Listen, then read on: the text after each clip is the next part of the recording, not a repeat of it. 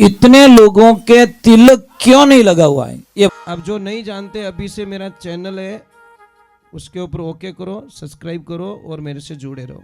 बहुत सारी बातें ऐसी बताई है मैंने। एतलाजी महाराज की, पधारे हुए सभी भक्तों की, सभी देवियों की बोलो राधे जय हो। हाँ यूं क्यों कर यूं यूं यूं यूं ठेठ उड़ा हो गया, क्या बात है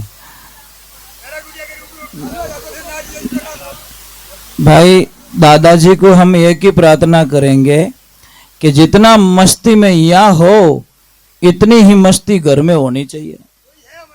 बस आनंद उसी को कहते हैं।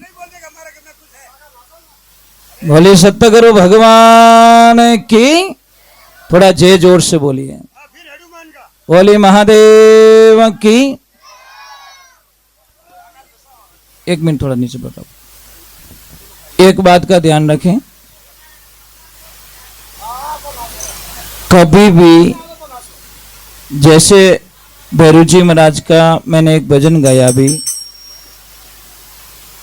तो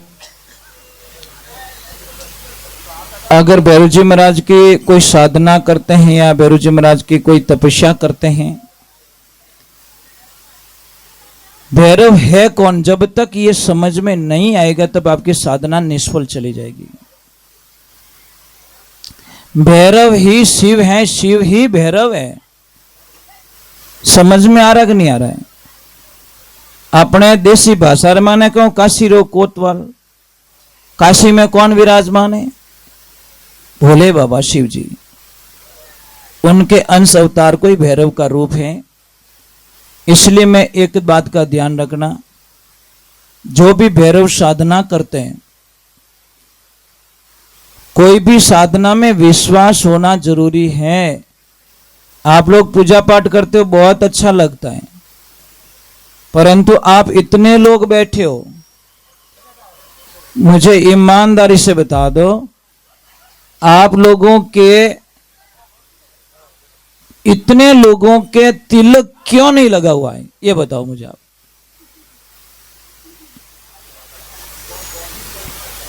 भाई तिलक क्यों नहीं लगाते आप लोग? इतने जेंट्स लोग बैठे हैं,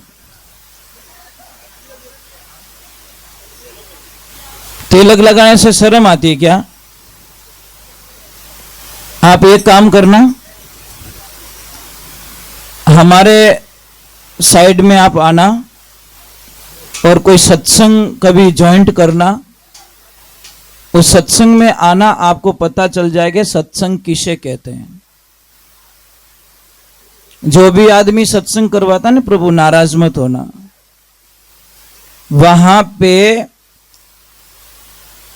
मेन गेट होता है ना, मेन गेट, वहां पे वो घर का जो सत्संग करने वाले पति और पत्नी दोनों वहां पे खड़े रहते हैं और जो भी आते उनको प्रणाम करके, उनको तिलक करके फिर सत्संग पंडाल में आगे भेजते हैं। अबे वहां पे ऐसे मत सोचना कि ये छोटा बच्चा है, इसको प्रणाम कौन करेगा? हम तो 50 साल के हो गए और 10 साल के बच्चे को कौन प्रणाम करेगा? नहीं साहब, वो 50 साल की उम्र वाले भी 10 साल के उम्र वाले को तिलक करेंगे, प्रणाम करेंगे, चाहे लड़का हो चाहे लड़की हो। फिर वो सत्संग में आते, सत्संग की कुछ मर्यादा होती है हमारे वहां पे, बहुत कड़क सिद्धांत की सत्संग करते हम लोग। बीड़ी कोई अलाउ नहीं होती अंदर। अगर बीड़ी की थाली दिख जाए तो हम सत्संग बंद कर देते हैं। और इतना नियम यहां पे रख ले तो शायद मने लगे 10 बजे आरती कराए थे लोग, क्या महाराज तो बीड़ी धुआं ही नहीं काटन देवे। नंबर 2, जब आरती होती है तो आप कल्पना नहीं कर सकोगे कोई भी छोटा बच्चा, 1 साल का बच्चा हो, चाहे 100 साल का कोई लड़का हो, चाहे लड़की हो, माताएं बहनें हो, बुजुर्ग हो, सबको माला पहनाई जाती है और सबको वो जोड़ा वापस सबको प्रणाम करता है कि आप मेरे भगवान के रूप में मेरे आंगन में पधारे, आज मेरा आंगन धन्य हो गया। किसी को नॉर्मल नहीं समझते। और तीसरे नंबर सबसे बढ़िया बात क्या है, वहां पे कोई भी जाति वाला आता है उसको भी प्रणाम किया जाता है। ये सबसे बड़ा, क्योंकि अपने आप को मारने वाला ही भगवान को प्राप्त कर सकता है। कई लोग जातिवाद करते हैं और जातिवाद जैसा कैंसर हमारे देश में कुछ भी नहीं हो सकता। ये सबसे बड़ा कैंसर है महाराज। मुझे बताओ, जाति से कौन हल्का होता है, कौन नीच जात है भाई इस दुनिया में? कोई है, बता सकते हो मुझे कि फलाना नीच जात का है? कोई जात नीच नहीं होती, अपने कर्मों से आदमी नीचा होता है, जाति से कभी कोई आदमी नीचा। इसलिए कोई भी मेहरबानी करके कभी भी कोई नीची जात ना बताए, नहीं तो आपका सारा पुण्य खत्म हो जाएगा, आपका गंगा स्नान खत्म हो जाएगा, आपने जो यज्ञ करवाया वो पुण्य खत्म हो जाएगा। क्योंकि मैं आपको एक कोड वर्क समझाना चाहता हूं। रात को 2:30 बजते ही घर में किसी की तबीयत बिगड़ती है, आप दौड़ के हॉस्पिटल जाते हो, हॉस्पिटल वाला कहता है कि 3 यूनिट खून की व्यवस्था करो, नहीं तो माँ और बच्चा दोनों मर जाएंगे। आप दौड़ते ब्लड बैंक जाते हो और वहां से वो ग्रुप का खून लाते हो। मुझे ईमानदारी से बताना भाई, आप वहां पे जाति पूछते हो? कोई जाति पूछते हो कि कौन जाति रो डोनेशन करियो और किन जाति रो है? तो अगर मारी जात रो नहीं है, मारू कोई नीची जात रो रहे तो मैं खून नहीं चढ़ाऊंगा, चाहे माँ और बच्चा दोनों मर जाए। पर आप लाके दौड़ के डॉक्टर साहब को देते हैं, वो ही खून पता नहीं किस जाति का था, वो भगवान का रूप बन के रगों में चला गया और जाके उन माँ और बच्चे दोनों को एक नया जन्म दे दिया महाराज। इसलिए मैं महापुरुषों प्रार्थना करता हूं कि आप जाति का चक्कर छोड़िए। मैं नहीं कहता बेटी व्यवहार कर लो, मैं ये नहीं कहूंगा, मैं ये नहीं कहता कि ये अपने किसी को नीचा दिखाना तो छोड़ सकते, इतनी तो कृपा कर सकते हैं, इतना तो कर। कई लोग हमें कहते हैं कि महाराज हमारे मंदिर में तो अदर जाति के प्रवेश नहीं करते, तो वहां भगवान भी नहीं आते, वो खाली मंदिर है, वो भगवान का मंदिर नहीं हो सकता। उस मंदिर में परमात्मा कभी विराजमान नहीं होते जहां पे 2 प्रकार के भक्तों को देखा जाए कि वो ऊंचो है और वो नीचो है। क्योंकि भगवान के दरबार में कोई ऊंचा और कोई नीचा नहीं होता। अगर नीचा होता तो भगवान की बहुत सारी कथाएं करने वाले महाराज आपको प्रमाण दे सकते हैं। इसलिए शास्त्र में लिखा है, कुളിरो कारण संता है नी शिवरे जोरो साई, शिवर शिवर निर्भय हुआ देव दर्श्या थारे गटरे माई, 88,000 ऋषि तापता एक वंदरे माई, ज्यारी भेड़ी सबरी तापती जो जाति रो कोई कारण नहीं, यज्ञ बचाई है यज्ञ रचायो 5 पांडवों गढ़ हस्तिनापुर माई, बाल शंख बजायो वाल्मीकि स्वर्गजोग जाति रो कारण नहीं, नीची जात चमार की गुरु किना मीराबाई, राणो जी परचो मांग्यो जद गंगा ने कुंड में बुलाई, कुळरो कारण संता है नी शिवरे जोरो साई, शिवर शिव निर्भय हुआ देव दर्श्या थारे गटरे। जो भजेगा उसका भगवान है, जो नहीं भजेगा उसका भगवान कभी होने वाला।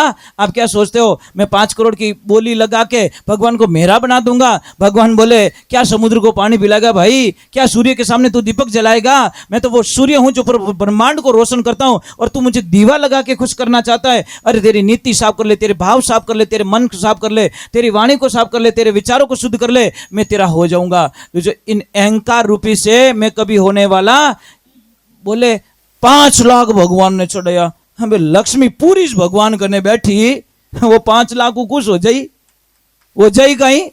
पूरी लक्ष्मी भगवान के चरणों में बैठी और आप 5 करोड़ 10 करोड़ चढ़ा के भगवान को खुश करना चाहते हो? अरे पूरे ब्रह्मांड की लक्ष्मी उसके चरणों में चरण दबा रही है, तो वो किससे खुश होगा? वो सिर्फ प्रेम से खुश होगा, ध्यान रखना। और एक चीज और बता दूं आपको, बड़ा अच्छा लगेगा, क्योंकि हम जातिवाद मानते नहीं साहब, बिल्कुल नहीं। मैं एक संतु भले ही राजपूत के घर में जन्म लिया, पर हम जातिवाद नहीं मानते, बिल्कुल नहीं। आई नॉट एक्सेप्ट योर चॉइस। यार आपकी विचारधारा में क्या कर सकता हूं? मैं नहीं कर सकता, क्योंकि मैं एक संत हूं और संत की कोई जात नहीं होती। संत का जीवन ही संसार को काम आ जाए। महाराज एक ध्यान रखना है, मार्ग में एक पौधा खड़ा है, वो कोई जाति पूछ के किसको छाया में नहीं बैठने देता। कौन जाति रो भाई? अलग जाति रो, तुम्हारी छाया मत बैठ जाए। मैं पवित्र रूकड़ू, मैं पीपल रूकड़ू, मैं बड़ला रो रूकड़ू, मैं अंबा रो रूकड़ू। मारे नीचे कोई साधु संत बैठ सके, मारे नीचे ए लोग बैठ सके, कोई हल्का लोग नहीं बैठ सके, कोई अमीर नहीं बैठ सके, कोई गरीब लोग अटे नहीं आ सके। कोई रूकड़ो कदी कहवे? बोले कदी? तो संत वो ही पौधा होता है, उनकी शरण में जो भी जाता है वो तिर जाता है महाराज, उसको संतुष्टि मिलती है, उसको अच्छा लगता है, भाव मिलते हैं। बोलिए सतगुरु भगवान की। ये जो ये टेंट के बिस्तर पड़े हैं, ये बड़े पवित्र बिस्तर है साहब। कोई बुकिंग करवाते पहले लिस्ट पूछता है क्या कि भाई वो टेंट किन्ने किन्ने अटक गियोड़ो तो लिस्ट बताए दे। कोई दूसरी जाति रे अटक गियोड़ो तो मैं टेंट नहीं लगाऊं भाई, मार तो लोग अलग आए।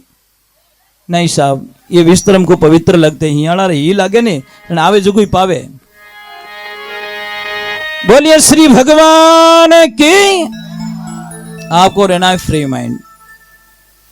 कैसे रहना है? एकदम वैरागी बन जाओ। अंबर ओढ़ना भूमि पतना बीच मशाना सोई, भूत पलित्रा कोई शंका नहीं माने, नहीं हंसे नहीं रोई, फकीरी निर्भय पड़ा निर्मोई। बोलिए सत्य गुरुदेव की। चलो एक बालाजी महाराज का एक भजन गा लेता हूँ, फिर करूंगा आरती। आरती के बाद में एक साधना, साधना के बाद में आप अपने ठिकाने और मैं हमारे ठिकाने। ठीक है।